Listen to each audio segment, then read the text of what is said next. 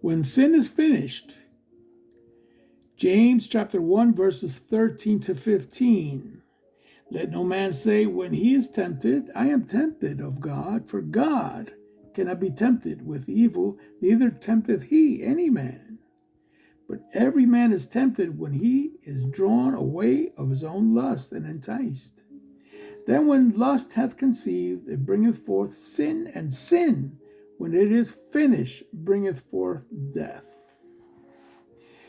An ABC Evening News special in 1982 reported an unusual invention with an even more unusual response to it. Someone had attached a chair to a loaded shotgun. People could sit in the chair and look directly down the gun barrel.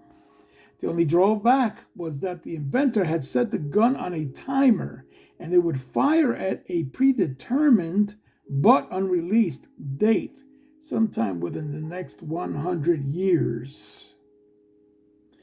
The incredible response to this invention was that people would actually wait in line for their chance to sit in the chair and stare down the loaded gun barrel. Every one of those people knew the risk, but they thought it was worth taking their chance so they could brag on it later. One of the most common and most tragic mistakes of our day is the belief that the results of sin will be different for us. When we fall prey to the lie of Satan that we are somehow exempt from the consequences of sin, he has us right where he wants us.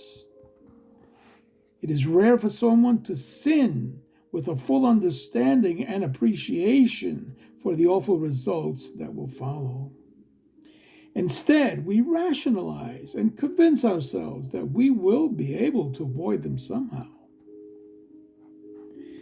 God has written the law of sowing and reaping into the very fabric of the universe.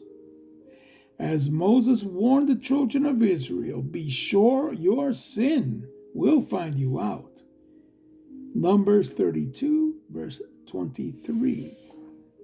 When we do what we should not, or fail to do what we should, we will suffer the consequences, just as God declares in Scripture. How much better to instead resist sin at the point of temptation?